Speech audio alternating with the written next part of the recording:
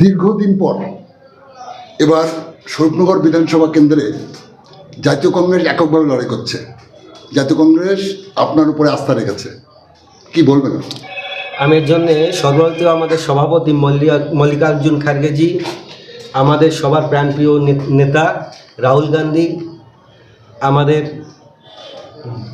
আমাদের যিনি অবজারভার মীর সাহেবজি, ওদের সভাপতি শুভঙ্কর সরকার, আমাদের সবারই নেতা অমিতাভ চক্রবর্তী, আমার জেলা সভানেত্রী ইন্দ্রাণী দত্ত চ্যাটার্জি, আমার ব্লকের 2 সভাপতি কার্তিক হালদার এবং অভিজিৎ চ্যাটার্জি, এবং আমি নির্বাচনে প্রতিদ্বন্দ্বিতা করব এই স্বপ্নটা যিনি আমার দেখিয়েছিলেন সেই আমার অভিভাবক একরামুল সাহেব, এবং আমার এই ব্লকের প্রত্যেকটা নেতৃত্ব কর্মী একযোগে আমার নাম প্রস্তাব করেছিল। আমি সবার কাছে কৃতজ্ঞ, জাতীয় কংগ্রেসের কাছে কৃতজ্ঞ, কারণ জাতীয় কংগ্রেসের প্রার্থী হওয়া একটা সৌভাগ্যের বিষয়।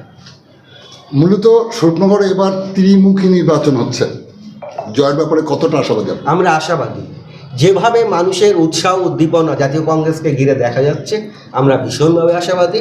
জয়ের ব্যাপারে আমরা নিশ্চিত যে আমরা এবার জয়যুক্ত হব। বিধানসভা নির্বাচনে আপনার জয় হোক। জয়ের পরে আপনি স্বরূপনগর বিধ্বস্ত এলাকা, একদম কোন সমস্যাটাকে আগে হাত লাগাবেন? দেখুন, আমি আজকে সকালে বালতি বাজার এবং আমুদিয়া বাজারে গেছিলাম। এই যে রাস্তাটা, এই রাস্তাটায় মানুষ হেঁটেও যাতায়াত করতে পারবে না এমন পরিস্থিতি।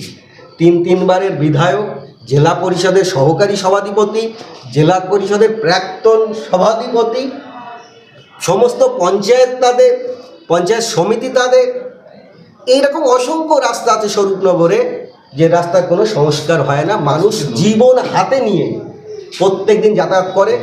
বালতিতে যে ব্রিজটা আছে, যে কোনো মুহূর্তে দুর্ঘটনা ঘটতে পারে। বন্যায় প্লাবিত হয় আমাদের স্বরূপনগর এই পাটটা প্রতি বছর, এবং সেটা নিয়ে সরকারি টাকার একটা ব্যাপক নয়সয় হয়।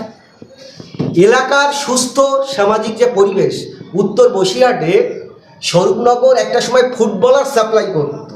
আমার বিথারি মাঠ থেকে শুরু করে হাকিমপুর, চারঘাট, মালগোপাড়া, তেঁতুলিয়া, গোকুলপুর ফুটবলের জন্য বিখ্যাত ছিল। সেই খেলাধুলো আজকে উঠে গেছে, পরিবেশ ভয়ঙ্কর পরিস্থিতি।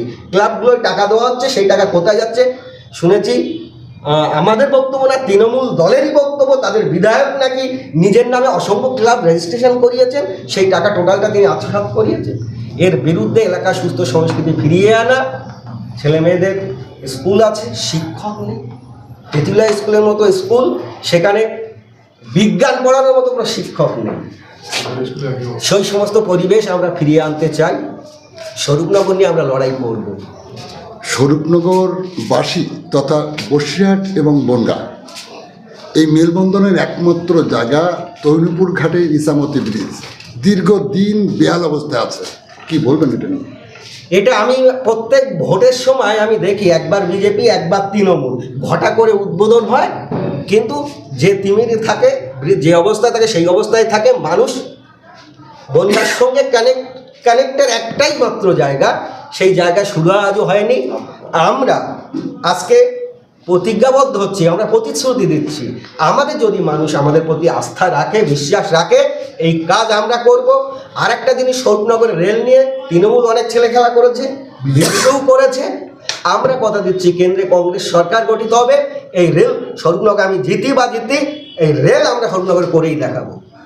আপনার নাম পরিচয় বলবেন? আমি রিতেশ মণ্ডল, জাতীয় কংগ্রেসের 98 স্বরূপনগরে প্রার্থী।